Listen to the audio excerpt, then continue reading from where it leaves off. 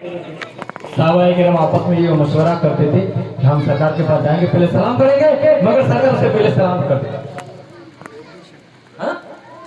पता चला? तो जो पहले सलाम करेगा, आप लोग देखते हैं मैं पहले सलाम करता हूँ कभी को देखते हैं कि नहीं देखते? क्यों? कि जो पहले सलाम करता है उस पर 90 रहमतें नाज़िल होती है और जो जवाब देता है उस पर 10 रहमतें।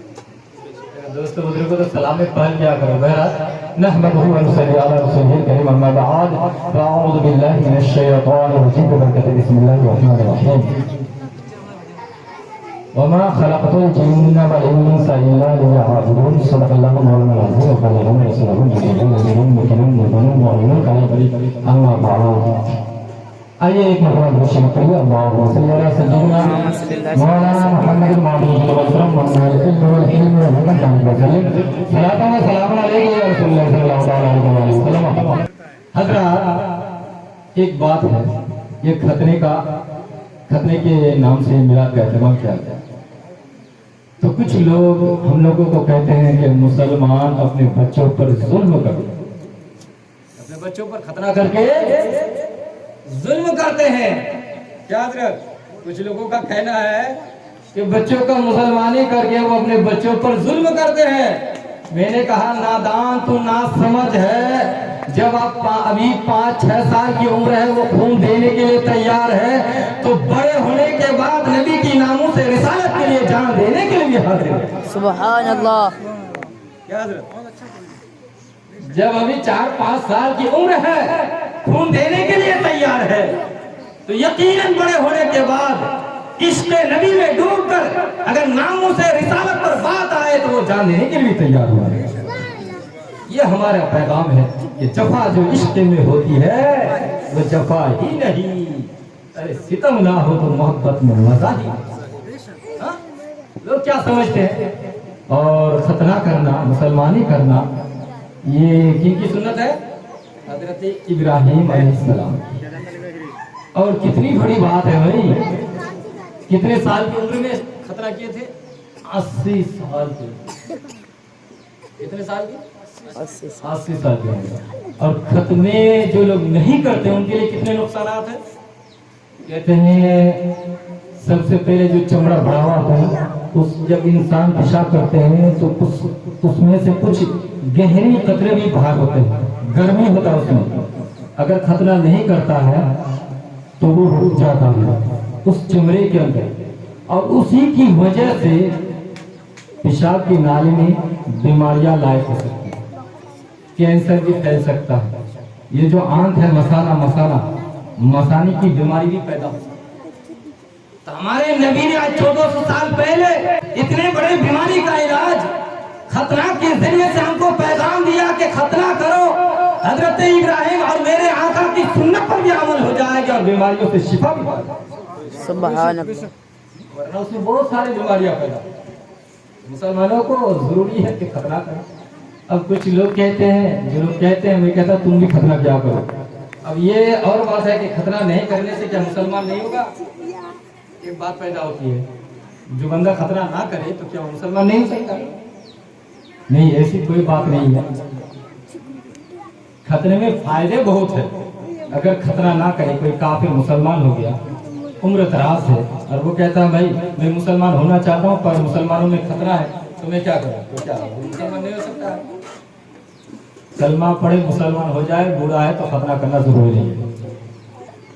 अगर हम में से भी कोई खतरा ना करे, कोई जरूरी नहीं है। सुन्नत है, करना जरूरी है, इसलिए कि उससे बहुत सारे फायदे, बहुत बीमारियों से बचने का रास्ता है।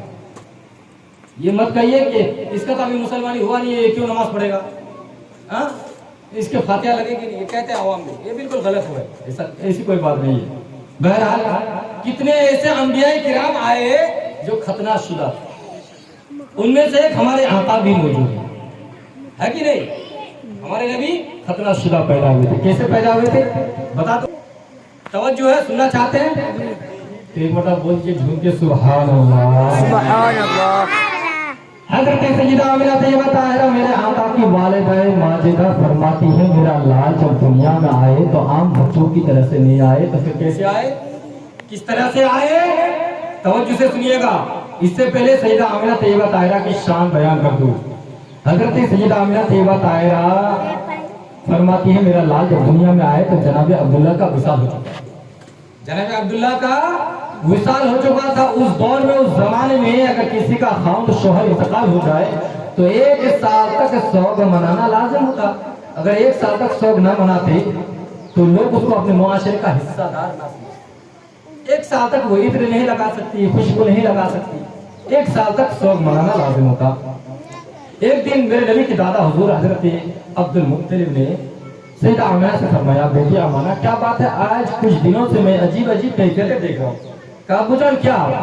کہا بیٹی کیا تو نے میرے بیٹے عبداللہ کا سوگ منانا ترک کر دیا؟ کہا نہیں ابو جان میں نے سوگ منانا ترک نہیں کیا۔ بیٹی اگر سوگ منانا ترک نہیں کیا تو یہ رنگ کیسا، یہ خوشبو کیسی، یہ سلسلہ؟ جب مجبور ہو گئی تو عرض کرتی ہے دادا جان بتانا نہیں چاہتی تھی لیکن جب آپ نے پوچھ ہی لیا تو بتا ہی دیتی ہوں کہ دادا جان جب سے جناب عبداللہ کی امانت میرے شکم میں جلوہ گر ہوئے ہیں، میں جس راستے سے چلتی ہوں وہ راستے خود بخود مہک جاتے ہیں۔ میں کسی بنجر زمین خشک زمین پر بیٹھتی ہوں تو زمین ہرا بھرا ہو جاتا ہے۔ جب میں کسی راستے سے چلتی ہوں تو درخت اپنی ٹیڑیوں کو مجھ پر ڈال دیتی ہے، سایہ دار بن جاتی ہے۔